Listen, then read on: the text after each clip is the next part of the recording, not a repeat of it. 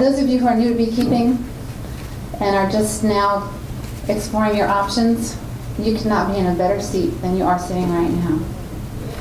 Those of you who have been beekeeping for several years and are just now exploring the possibility of natural beekeeping, you cannot be in a better seat than you are right now. And those of you who have been doing natural beekeeping, you know how awesome it is to be sitting where you are right now, because it's my extreme pleasure to be introducing our speaker today, Michael Bush.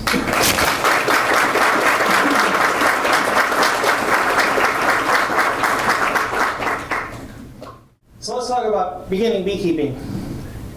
I think the most important thing you need to learn about beekeeping is that the bees know more about it than you do. The sooner you figure that out, the better off you'll be. This is kind of a modification of a C.S. Lewis quote where he said, no one teaches riding quite as well as a horse. I think you need to realize that nobody teaches beekeeping quite as well as bees. You need to be paying attention to the bees. You need to be watching what they're trying to do. Try to figure out what they're trying to do, and then try to figure out how to help them do that.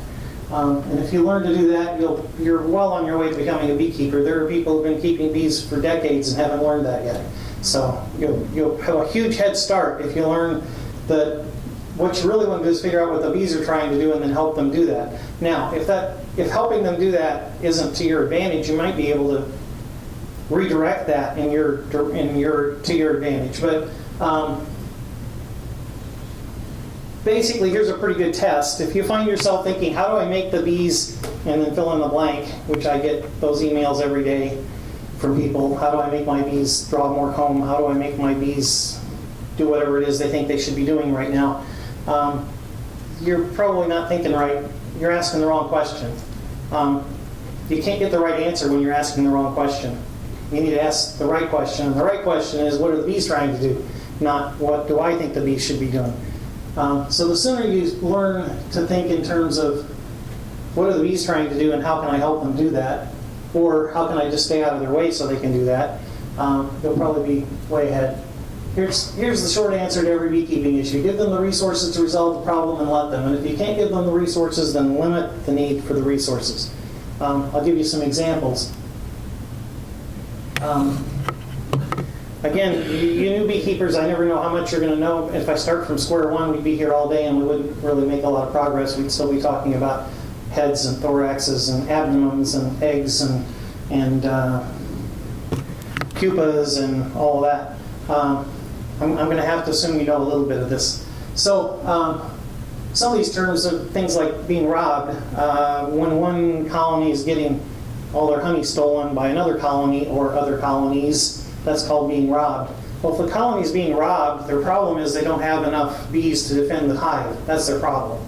I can't miraculously wave a wand and give them more bees, but I can reduce the need for more bees by giving them a smaller entrance that they can guard. And so I can reduce the need for more bees. It's the same with wax moths and small hive beetles. If they're taking over, probably I don't have a high enough density of bees. I can change the density of bees by removing empty boxes. I can change the density of bees by crowding them down into less boxes. I can probably take all the combs that they're not really using that are getting infested with wax moths and freeze them to kill all the wax moths, which will help them out, because otherwise they got to try and kill them and clean it out, and they're probably not going to get that done if they don't have enough bees. So I could reduce the need for those resources, then I can solve the problem, possibly. So you either want to give them the resources, or if you can't, then give them reduce the need for the resources. In fact, I had the hardest time learning this because all through my beekeeping, people would talk about strong hives. You want to keep strong hives. Well, how do I do splits and keep strong hives? I mean, by definition, I'm going to cut it in half. How's it going to be strong when I cut it in half to do a split so I can get more hives? Well, I think that's probably not the right term. Maybe it would be less ambiguous to say you want to keep hives with a high density of bees. Because I can keep a very small hive with a high density of bees. I can keep a very large hive with a high density of bees, depending on how many bees there are. So a lot of beekeeping is space management. if you give a small struggling colony way too much space and they can't guard it from the wax moths and they can't guard it from small hive beetles, they can get overwhelmed because they've just got way more house than they can take care of. They have to heat the brood nest, they have to humidify the air so that the eggs will hatch. They have all these things they have to do to maintain the environment in this colony, and if I give them too much space and the density of bees is too low, then they just can't take care of it. So an awful lot of beekeeping is space management. If you let them get too crowded, they swarm. If you get them too spread too thin, then they have problems with small hive beetles and ants and wax moths and all sorts of other things. Everything in the world wants to steal their honey, pretty much. You know, the yellow jackets want to steal their honey, the ants want to steal their honey, the cockroaches want to steal their honey, everything wants to steal their honey. So if you give them a high enough density of bees, they can easily guard that honey. If you have too low of a density of bees, they can't easily guard that.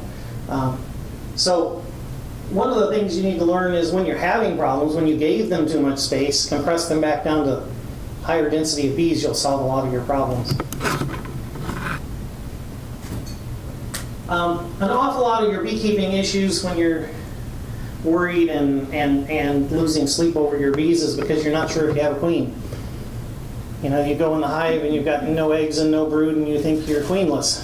But no eggs and no brood just means you might be queenless. It doesn't mean you are queenless. In fact, odds are you're not queenless. Usually the bees, whatever's going on, have managed to maintain a queen, because if colonies can't do that, they don't survive in the long run. So usually if the queen is failing, they replace her. If a queen gets killed, they replace her. If they try to swarm, they raise a new queen to take over the colony. So usually when you find no brood and no eggs, it's not because there's no queen, it's because they're in between queens. Either they swarmed and they're replacing the queen and there's a virgin running around in there already that isn't mated and isn't laying yet, or possibly the queen got killed because you put two end bars together and squished her. Every time you hear something go crunch in the hive, it might be the queen. Now I don't want you to lose sleep over that, because almost every time you get in the hive, you're going to hear something crunch. But obviously you want to try to learn to avoid that. So when you slide things together in a colony, you want to do them gently so at least the smart ones can get out of the way. And the queen is usually one of the smart ones. Okay, so usually if you go gently enough, you're probably not going to squish her. But if you just slam things around, she's just as likely to be one of those bees as any of the rest of them.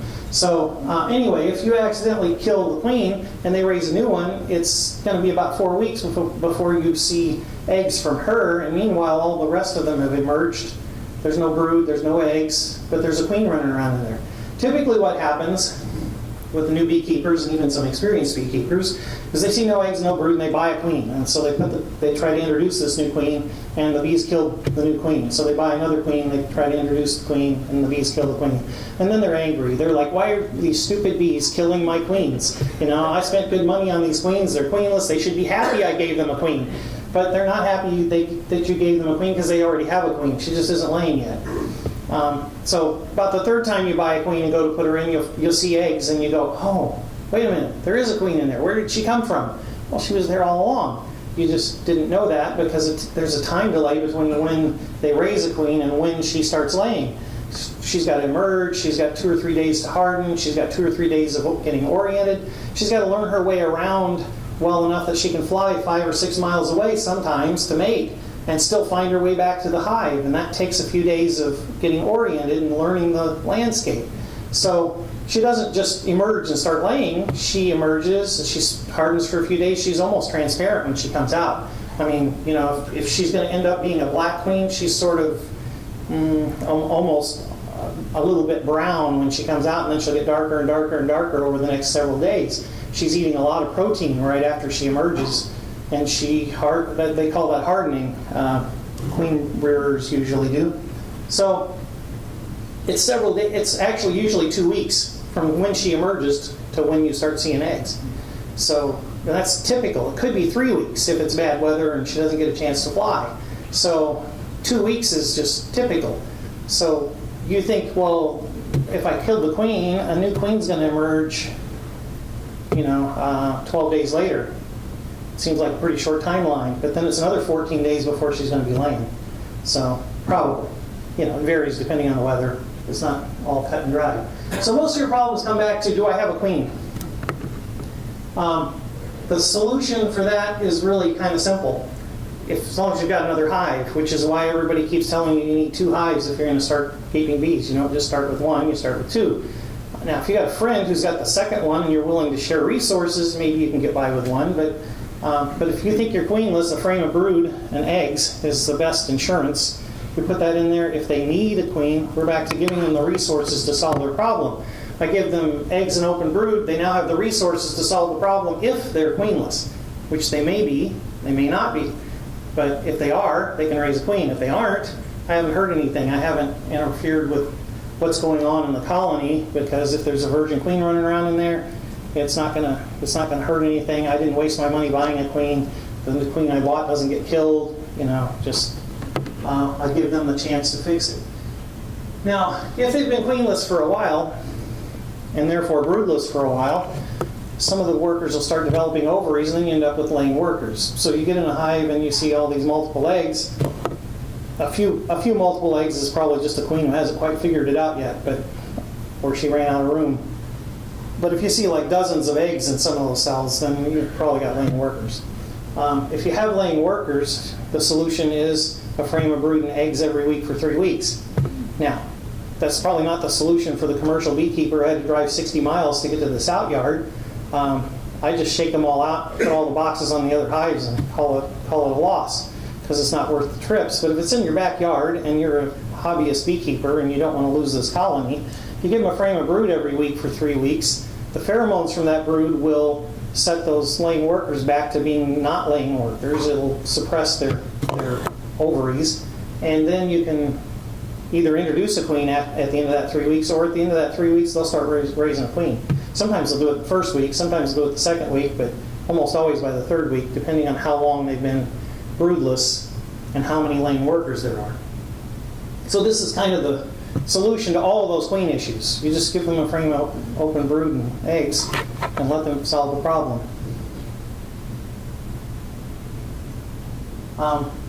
One of the nice things about using this as your solution is you don't necessarily have to find the queen.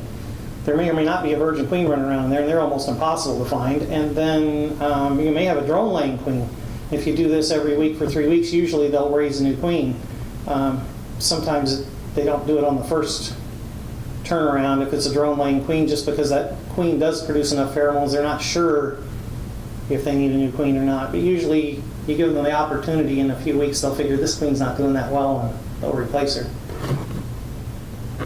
Of course, if you can find her, that's better insurance. If you can find her and get rid of her, then you know those raising a queen. One of the mistakes I would try to guide you away from as a new beekeeper is you get 2 hives and you do this experiment where you do one thing with one hive and a different thing with the other hive, and you think that the outcome had something to do with what you did. It probably didn't. I would suggest you get 2 hives and you treat them both identical, and at first especially, because then you'll learn how much difference there is when you didn't do anything different. And once you realize that, you'll make less erroneous assumptions. You'll assume, I meet beekeepers all the time, they say, well, I want to find out if they do better in a top bar hive or if they do better in a Langstroth hive. So I'm going to get a Langstroth hive and a top bar hive. Well, the first problem with that is now when you aren't sure if they're queenless, where are you going to get a frame of eggs and brood to put in the other hive? You got 2 different size frames. I can assure you bees do just fine in almost any kind of a box, as long as it's not ridiculously too big or ridiculously too small. I have done cutouts in so many odd, weird configurations that you can't even imagine. From walls that are only 3.5 inches thick, and they're all the way from floor to ceiling, and they've expanded into the 2 studs next to them, to old gasoline tanks that are dried up in a car, to an abandoned car, to hot water tanks, floor joists, soffits. They thrive almost anywhere. Really, the box doesn't make that much difference. Somebody, I have this quote. I have who said it at home, but can't remember it off the top of my head. But he said, "Boxes don't kill bees unless you set them on them." So pretty much, you think you're going to do this experiment and find out whether this hive works a whole lot better than this hive. They probably both work just fine. The differences between them are probably just going to be that this queen was better or they made better decisions. Bees make decisions all the time as a colony, and how rapidly and how well they make those decisions has everything to do with how well they do. If they decide to build up at just the right time, they'll make a bumper crop of honey. If they decide to build up too soon, they starve to death before the flow gets here. If they decide to build up too late, there aren't enough bees to go gather the flow and they just don't make any honey. So bees are always making decisions. They're trying to predict the future all the time. And they're wrong quite a bit of the time. And they're right quite a bit of the time. So how well this colony does and this colony does probably just has to do with the decisions they made, how well the queen was bred, things that have nothing to do with what you did. They're just different. So be careful what conclusions you draw. When I had 4 or 5 hives, I experimented all the time, and at first I made a lot of those kinds of wrong assumptions. I assumed this one did better because of what I did when it was just circumstances. They just did better. Now you do need to decide what kind of equipment you're going to get. I don't really think it makes all that much difference, other than some of them are going to be more or less work for you or more or less frequent work for you. I would base it more on that. Bees do pretty well in almost any equipment. There are some reasons that some people think hot wire hives do better. It's because they usually have natural comb in them, but you can do natural comb in a Langstroth hive. You just have to use foundational springs with a comb guide in there. Some people think they do better because the comb is a more natural shape. Well, if you've ever done cutouts, the comb is shaped like whatever the cavity is, so I don't think there's really a natural shape for a comb. A comb is whatever the cavity they happen to find was, and they find all kinds of cavities. So I don't think that really makes that much difference. Now, the natural comb might make a difference, but I can do that in a Langstroth hive. Now, the nice thing about a top bar hive as far as working it is it's long, which means I don't have to lift any boxes. Because it runs horizontally instead of vertically, I don't have to lift all the boxes off to get to the brood nest. Well, that's pretty nice, but I can do that in a Langstroth hive too. I can just build my own long Langstroth hive and put frames in it. There's nothing magical about a top bar hive is what I'm telling you. There's nothing wrong with them. The nice thing about them is they're easy to make. I can make this out of pretty much, even if I bought the lumber, I could build this for next to nothing, and if I have scrap lumber available, I could probably build it for nothing. Sam Comfort's fond of saying, you give me a dumpster in 10 minutes and I'll build you a beehive. And that's nice, especially if you're on a tight budget and you're just trying to raise some bees. You can just build this out of scrap lumber. But these are some of the things you got to decide on. I would more carefully consider the things that are harder to change. There are a lot of things that are really easy to change in beekeeping, and often new beekeepers get totally obsessed with them. Like what race of bees they're going to get.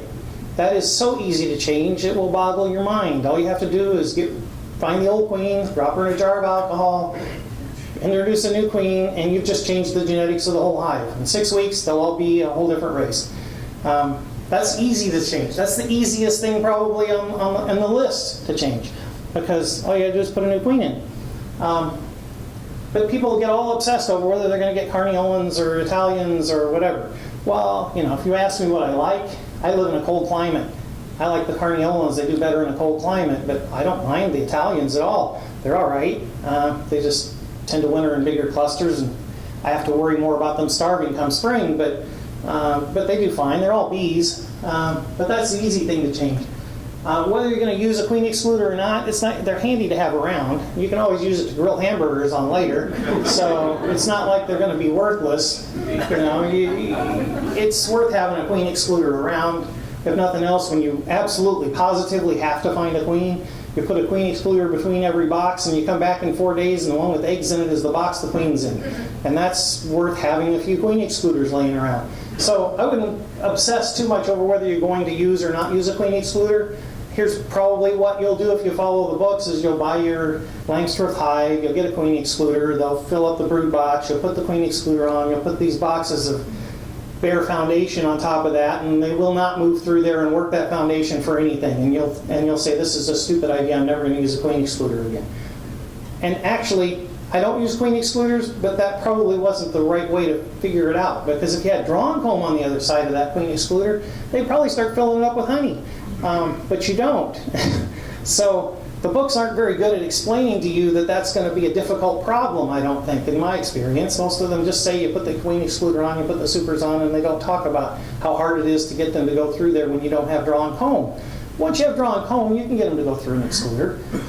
It's a lot more work for them. Every time they bring in a load of nectar, they got to go through the excluder, and they have to squeeze through there. If you watch them, if you've ever had an excluder and watched the bees going through there, they have to basically get in there and wiggle their way through every time they go through it. And every little tiny drop of nectar that they bring back, they got to go through there and put it in the supers. Unless you do a top entrance so they can get in without having to go through the excluder. Now, top entrances, bottom entrances, it's easy enough to prop up any kind of lid and make it into a top entrance sometime in the future. I wouldn't lose too much sleep over the idea. These are things that are easy to change. So let's talk about things that are not so easy to change. If you decide you want to do small cell or natural cell, trying to get bees down to natural size takes several turnovers of comb. And if you've started with a package, you may as well start with what you really want rather than waste one whole turnover of comb. You can get one step closer to natural size. I'll talk a little more about that later, but you can get one step closer by putting them on either foundationless or on small cell foundation. That's not that it's really difficult to change, but you passed up a big opportunity to take a big step in that direction. As far as the kind of hive, once you get it, you know, well, I don't know. They tell me things rot pretty fast around here, so maybe they wouldn't last that long. But I have boxes that I built 40 years ago that I still have bees in, so I consider it a long-term investment. Once I have a piece of equipment, I'm kind of stuck with it, or I have to sell some bees in it to somebody else, right? Sizes of boxes is harder to change later. I like 8-frame mediums, and I'll talk more about that in later talks. But I like them because they don't ever get too heavy for me to lift, and I like them because it allows me to manage a lot of my beekeeping by the box instead of by the frame. Because the increments are smaller, I can do a lot of management by the box that I couldn't do otherwise. But those are the kinds of decisions you need to make, and you're kind of stuck with them at least till that equipment wears out.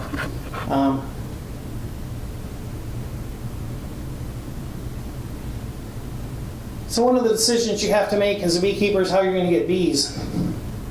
This often gets misunderstood, partly because you just don't understand any of the ramifications of anything. That's the problem when you're new at anything, is you don't really understand what all the ramifications of something are. So somebody will tell you that it's better to get a nuke than a package, but that's just one of those broad statements that's meaningless.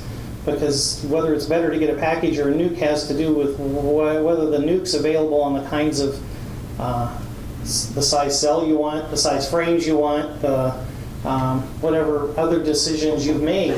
If you've built yourself this beautiful top bar hive and you go buy a nuke because somebody says you should buy a nuke instead of a package, and I get these emails every year, hundreds of them.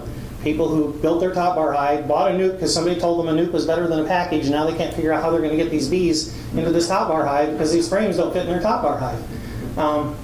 There's more to it than just whether a nuke is better than a package. There's a whole lot more to it than that. If you can't get a nuke that's on the size frames you want and on the cell size you want, I'd probably buy the package because it'll be a head start for you. Now, I don't like the quality of packages anymore. They've gone steadily downhill for a couple of decades. I'm not real impressed with packages, and I would try to avoid packages, but sometimes that's the only way to get bees. A better way to get bees, though, would be to find somebody who raises local bees. They raise their own queens. They have bees in your area that are doing well in your area, and you get them to sell you some bees. If they have them on the frame size you want, you could buy a nuke from them possibly. If they don't, maybe you can get a shaken swarm where they'll sell you a queen or just a bunch of bees they shook off, which is roughly the same thing as a package, but it's local bees, which is a lot different than a package. So anyway, those are kind of some of your options. Another option is to set some bait hives out there. My usual description for that is this: if you want to eat fish for supper tonight, you might want to go to the store and buy some fish. But fishing is a great thing to do, and sometimes it'll provide you with quite a bit of fish. It depends on how good a fisherman you are and whether you found a good spot. Catching swarms is the same way. If you found a good spot to set some bait hives, you may catch a lot of swarms. If you haven't found a good spot to put bait hives and you want bees this year, you probably want to go buy some to make sure you have bees this year, because you may not catch any. You might not. But that's a gamble. Yeah, if you want fish for supper, you might want to buy some fish, unless you really have a lot of confidence in your abilities. But yeah, this is. I should fix this. I put this together at a different time of year. It's really too late to order packages at this point, probably, but you can ask around. Sometimes people have ordered a few extra or somebody canceled or something, but it's kind of late to order packages right now. These are a few books that I've enjoyed. There's a lot. Everybody's always asking me what my favorite book is. Man, all of them is my usual answer, but obviously I'm kind of fond of mine. It agrees perfectly with my philosophy. But anything by Richard Taylor is awesome. I mean, Richard Taylor was a philosopher, and I mean literally, I'm not just saying he was a philosophical kind of guy. By profession, he was a philosopher. That's what he did for a living. And he writes really eloquently, and he had a real relationship with bees that really comes across in his writing. So I think you'd enjoy anything by him. Unfortunately, most of them aren't in print anymore, and you have to buy them used, and they're outrageously expensive. But they're well worth reading. Here's a few that are still in print that I've enjoyed. Complete Idiot's Guide to Beekeeping is pretty much treatment-free beekeeping, which is why I liked it. I hate the title. I hate things that insult me in the title, but The Thinking Beekeeper is by Christy Hemingway, and it's a top bar hive book. And then Top Bar Beekeeping is by Les Crowder. It's another top bar hive book. If you're going to do top bar hives, I'd buy both of those, because both of them have a lot of good information. Les does a really good job of explaining step by step how to manage the bars, how to rearrange them to get what you want for an outcome. Beekeeping Mentor in a book I have over here. It's actually it's probably worth it for the pictures. It's got some gorgeous color pictures in it, but it's basically a month by month in a colder climate. He's in Broomfield, Colorado, which is on the Front Range, like near Denver.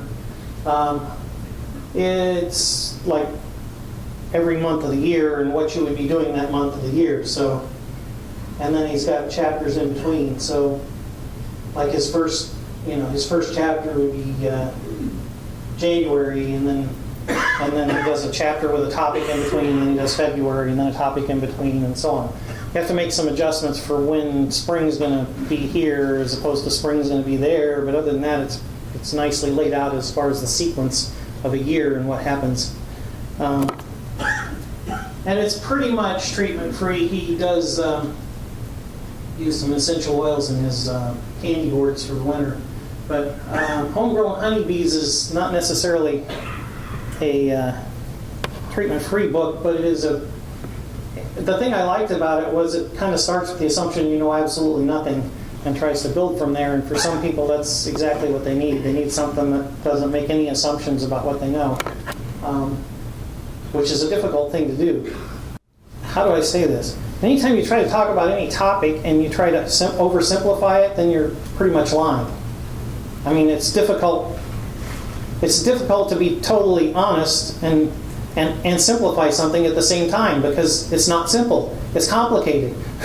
So it's really difficult to be totally honest and still keep it simplified. But I thought they did an excellent job of keeping it simple while never making blatant generalizations that just aren't true. I think that's a difficult thing to do. But Homegrown Honeybees did that, as well as Complete Idiot's Guide. Did a good job of simplifying it without being too misleading. I'll skip that. There are some forums out there. Bee-Source and Beemaster are probably two of the big ones. The other one's the organic group. I will say this about this. The first problem with forums is you post a question, you'll get 500 answers, and they're all different. which for a beginner can be very confusing. On the other hand, reading everybody's opinions and why they think what they think is interesting in the sense that, especially if they try to explain themselves, you start to understand some of the underlying principles, hopefully.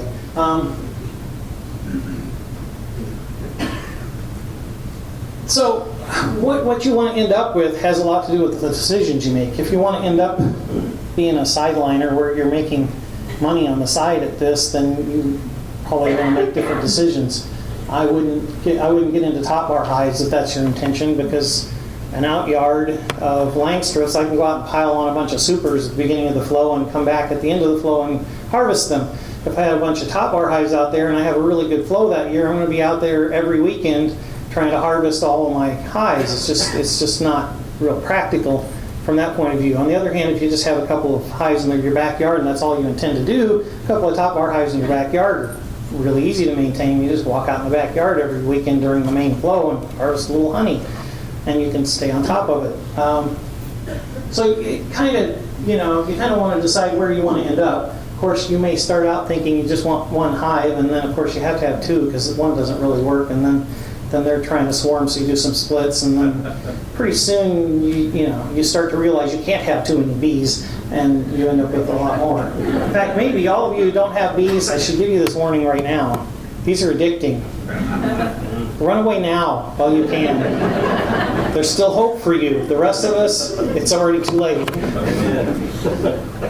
This is a well-known disease. It's been documented since the late 1800s, and it's called bee fever. And once it takes over your life, it's over. I think actually the bees are doing mind control on us to get us to provide them with houses and food, and because they sure take over people's lives. Okay, so what do you get from a hive? These are some things that are produced from a hive. We don't eat a lot of bee larvae here, but other places they do, and the chickens sure love it. But some people sell bees, and you can sell propolis and wax and pollen and pollination and honey. What bees gather when they go out in the fields is they gather water because they have to cool the hive and they have to water down the honey in order to eat it. Like all animals, they need water. They gather propolis, which usually comes from the buds of any tree in the poplar family. That would include your tulip poplars, your cottonwoods, Lombardy poplars, all those. They all have the same kind of rosin on the buds. Depending on which one of those trees it is, propolis can have different colors, running all the way from gray to greenish to brown to red. Some of those poplars, it's just bright red, like ruby red. But they all come from the poplar trees unless they can't find enough, and then they'll get from whatever. They'll gather pine sap or road tar, or back in the old days when you had the oil-based caulking, they'd sometimes be pulling the caulking out of houses, but usually they gather it from the buds of the poplar tree. Wax, of course, they produce on anytime their stomach is full of nectar and they have nowhere to put it, then they start secreting these little plates of wax, and then they'll start chewing them up and building comb. Because they need some place to put things, they build the comb, and people often sell beeswax. Bees collect pollen. They need it to feed the young. That's indirectly they do. They gather pollen, they ferment it and make it into bee bread, and then the nurse bees eat the bee bread and digest it and turn it into food for the young. In a lot of ways, bees are like mammals. Basically, the nurse bees all produce bee milk. They produce this white, nutritious substance that they feed the young, and they secrete it from eating the pollen. Pollination is another thing people sell. In fact, right now it's probably the number one profit-making aspect of beekeeping.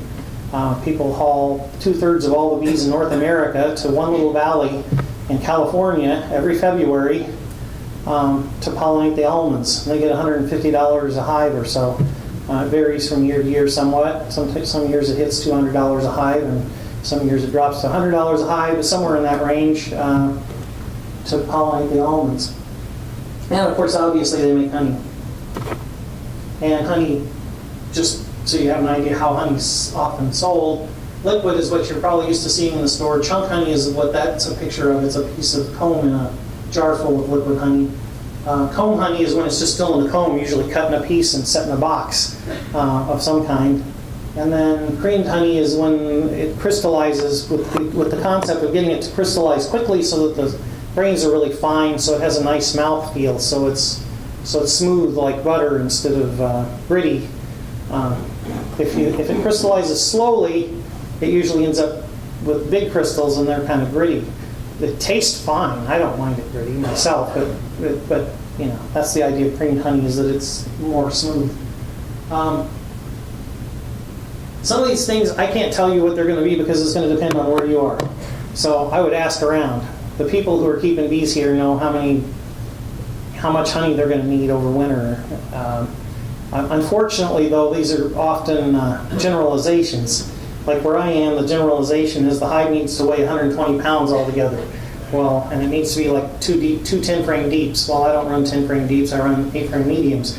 And that formula is really only useful for a full-size cluster of Italian bees.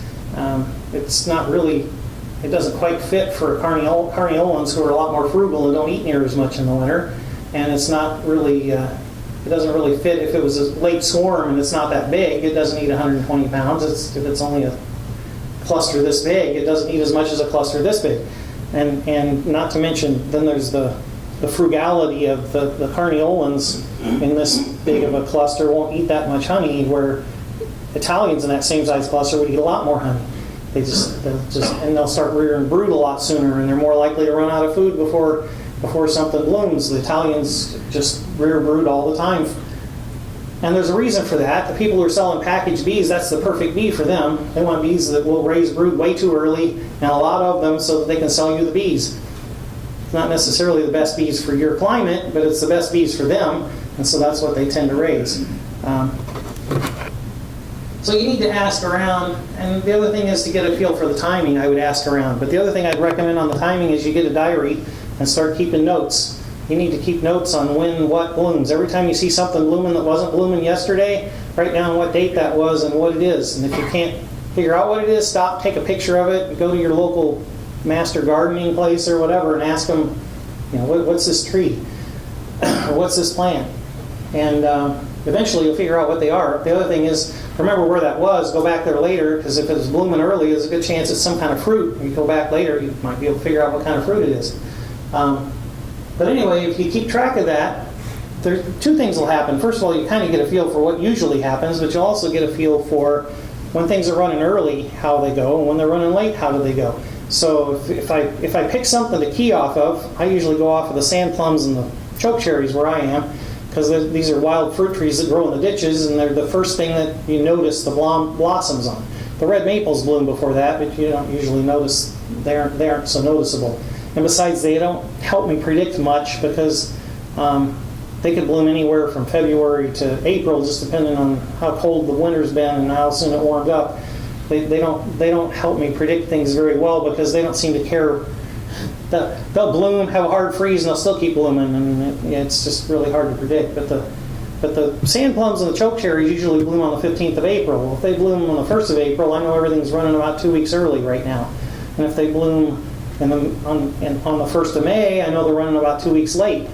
And it gives me an idea how to predict when the main flow is going to be and how things, what the timing is. I can figure if those are blooming 2 weeks late, then the swarm season is probably going to hit 2 weeks late. The flow is probably going to hit a week and a half late, maybe not a full 2 weeks, but because it kind of catches up as it goes. But I can start to make guesses, and knowing when the flow is going to be there helps you make better decisions as a beekeeper. Because ideally, what you want is for the population of the colonies to peak right at the main flow. Now, some of this stuff is way over your head for a beginner. I'm just telling you to start keeping notes so that when it's not over your head, you'll have some data to go back and look at to figure this stuff out. But if you see that prime swarm season is coming up and this hive is really booming and you know that the flow's several weeks away, it might be a good time to split this hive before they decide to swarm. And if you know everything's running 2 weeks early, you may need to be looking at that 2 weeks earlier. And if you know everything's running 2 weeks late, well, then maybe you don't need to get too excited about it for another week or so. Does that make sense? So the timing of getting in tune with your environment and what's blooming and whether it's running early or late this year, because it doesn't happen the same every year. I know everybody thinks it's just so much warmer, but actually a couple of years ago we got a frost in the middle of May, and everything was running 2 weeks late. And the year before that it was running 3 weeks early. So you just never know. So, but if you track this, then you can kind of start to predict what the bees are going to be doing and make better decisions as a beekeeper on, well, should I just go ahead and split them, or should I try and keep them from swarming until the main flow gets here? Well, if I know the main flow's another 3 or 4 weeks off and they're really booming and I think they're going to swarm any day now, well, then now might be the time to split them. And on the other hand, if I think the main flow's going to hit any day now, well, maybe I can keep them from swarming for another couple of weeks and get them into because if I can get them into the main flow without splitting them, I'll make a whole lot more honey. The ideal is to have the population peak right at the main flow. If it's going to peak way before the main flow, then I may have to do a bunch of splits or they're all going to end up in the trees. So it helps me make those decisions. And I'm not trying to tell you how to make those decisions right now. I'm just telling you now's a good time to start gathering the data so later on you'll be able to make those decisions better. But I personally like the migratory covers better because it's less stuff for me to mess with. Plus, a migratory cover usually gets glued down with propolis really quickly and it doesn't blow off as bad. This, I have to put a concrete block on it in Nebraska or it'll blow away because the wind catches it, because it's got a lip sticking out and that catches the wind. Now that may not be a problem. Well, you have hurricanes here, I'm sure you get wind, but we get wind all the time. You just get it now and then, right? But when the wind can get under it, it's more likely to blow it off. And I'd rather have something that's less likely to blow off, especially if I happen to forget to put my bricks back on top of it. But so that's a cover. Underneath here I've got a bottom board. This happens to be a screen bottom board. It's got a tray in it right now, but you can see there's a screen here. They make solid bottom boards. They both work fine. I'd put the tray in it all the time if it was me and I had a screen bottom board. In small hive beetle areas, which I assume you probably are, since you have warm weather and sandy soil and high humidity, and all of those things contribute to small hive beetles. A lot of people have some kind of oil tray under here to try and catch the small hive beetles that fall through. And that's why they're using a screen bottom board often. Then this is a box. This is actually a medium box. They come in a bunch of different depths. And this is an 8-frame medium box, where this is a 10-frame box here. Calling it an 8-frame or a 10-frame box doesn't necessarily indicate how many frames you're putting in it. It just indicates how wide the box is. I typically have 9 frames in this 8-frame box. I shave them down a little bit and get 9 frames in there. And if it was in a super, I might only have 7 frames in it, because they built battered comb in the supers. But it's still an 8-frame box, whether I put 7 frames in it or 9 frames in it. It's just defining how wide the box is, not how many frames I actually put in it. Does that make sense? So typically a hive has some kind of stand. It's on the ground because this bottom board, if you put it on the ground, will rot. So often people use concrete blocks for stands. They just put the concrete blocks down because concrete won't rot, and they put the stand on the concrete blocks. Of course, the only problem with that is all those hollow spaces seem to like to gather things like black widows and stuff if you put them this way. If you put them sideways this way, it's probably better where it's open going through. But then you still get spiders in them, but they usually aren't black widows then. But anyway, something for a stand. Some people use treated lumber, concrete, something that won't rot. Then you have the bottom board. Then you have boxes, and then usually if you were installing a package, you put them in one box, and then when they have that about 80% full, you'd add another box, and when it's about 80% full, you could add a couple of boxes by then, because now you're probably getting into when the main flow is going to hit. You don't ever want to more than double their space when they've pretty much occupied the space they've got, and they're in the buildup in the spring. This is going to be different in the fall. It's going to be winding back down, and I got to start taking things off. But so you keep adding boxes. So in a Langstroth hive, it's sort of a modular thing where you just keep adding things, and it gets taller. And then when the supers are full and you've harvested them, you probably pull those off for the winter, and now you've got less space again going in the winter, and then you add supers on again in the spring. That makes sense? Probably you probably already know that, but you got to start somewhere, right? Personally, there's nothing that comes in a beginner's kit I'd buy. Because they have a little dinky smoker that's terribly hard to keep lit, and the big smokers are much easier to keep lit. And they never put a big smoker in the beginner's kit. They put the little tiny ones that are hard to keep lit. They're all hard to keep lit if you don't understand fire, but once you understand fire, the big ones aren't too bad. The little ones are tough. So I wouldn't buy the little smoker, I'd buy the big smoker. Having a spray bottle is handy. I wouldn't put syrup in it. I know there's people who do. I've seen too many dead sticky bees in my life to want to spray syrup on them. But you can spray water on them, and it tends to slow them down so they don't fly quite as much. And there are occasions, like installing a package, where spraying them down with a little bit of water kind of keeps them from getting quite so flying and flying so much. I like the jacket with a zip-on veil. That's what I wear most often for protective equipment. I do have a full suit. I hardly ever wear it unless it's really, really hot weather, because it's a ventilated suit.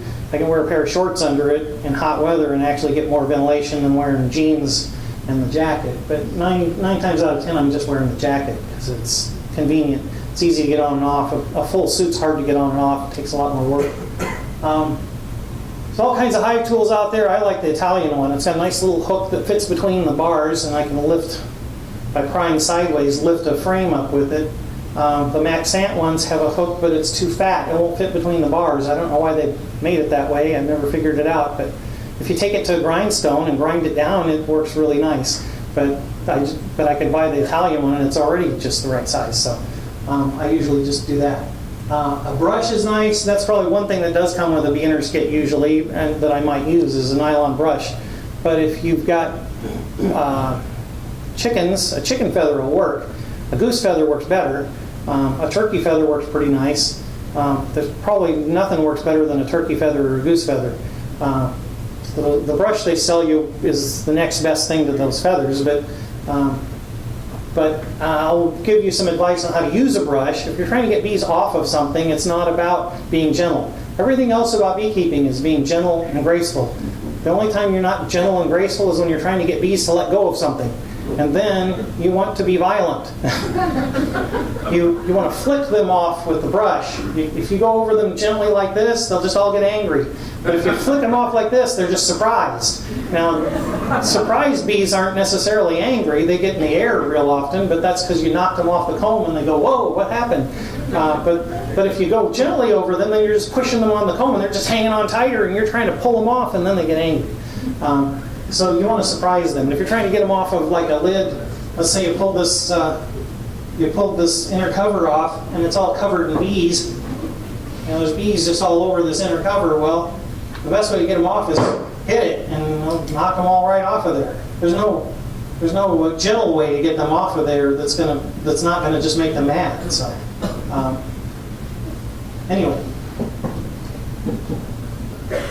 A hair clip queen catcher I would highly recommend.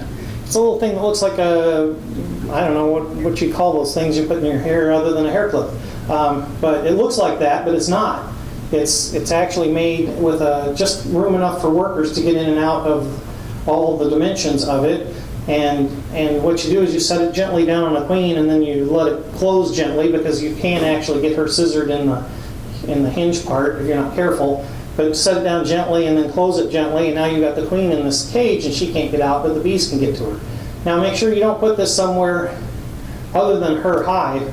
I have made the mistake of putting it on the hive next door, and the bees next door notice she's up there, and then they start attacking her, and that's not good. Put her either in put her on a box where her bees are, and she'll be fine. But they're really handy for any time you see the queen and you want to know where she is. Now you know where she is. She's in the cage. Put her in the cage. Now I know where she is. When I get all done, I can put her where it is I want her, if there's somewhere place I want her. Or I just want to make sure I don't squish her, or I don't lose her, or I'm doing a split and I want to know where the queen ends up. Or I'm trying to catch a swarm and I see the queen. Usually the queen once in a while you see her running by herself, but quite often there's a little cluster of bees around her, like a tight little ball that's a little tighter. If you can get that hair clip queen catcher over that and close it gently, quite often you'll have the queen in the middle of that. Now you put that in the hive, and the swarm's not going to go any. The swarm's always going to end up in your box once you've got the queen comb. I'm not saying you have to catch the queen to put a swarm in a box, but if you see her, it's awfully handy to be able to reach in your pocket, put her in that queen cage. And it's the same doing a cutout. If you ever do a cutout, that's taking bees out of a wall or something, and you're cutting all the combs out. If you happen to see the queen, which sometimes I do and sometimes I don't, but if I happen to see her, I catch her in that cage, then I know I'm going to get them all to move into this box because the queen's there. And I say all of them. There'll be a handful of them that'll never give up, but that's another matter. We won't get into cutouts right now. So basically, that's the tools you need to get. Everything else is just toys. If you got money and you want to spend on toys, there's all kinds of toys you can buy out there. You don't really need an extractor. I kept bees for 28 years, I think, without an extractor. I just did crush and strain and cut comb. And back then, when I bought my first beginner's kit, it was 2 deeps and 2 shallows. The idea was that no beginner was going to go buy a extractor. That was ridiculous. You were going to do cut comb because you didn't have to buy an extractor. Now, I guess we're a lot more affluent. They expect every beginner to buy an extractor now. You really don't need one. They're handy, they're nice, and if you can find if I were a beginner, I'd keep my eye out for a good price on a used one. And sooner or later, you'll probably find one for $100 and $150 for some little thing that probably isn't that great, because if you can only do 2 frames at a time and you have to take them in and out about 3 times in the process, I think you'll find crush and strain is a lot faster, but it is nice to be able to extract combs. And if you can get one for $100, $150, maybe it's worth it, but if you're going to have to pay $600 or $700, it's probably not worth it. So,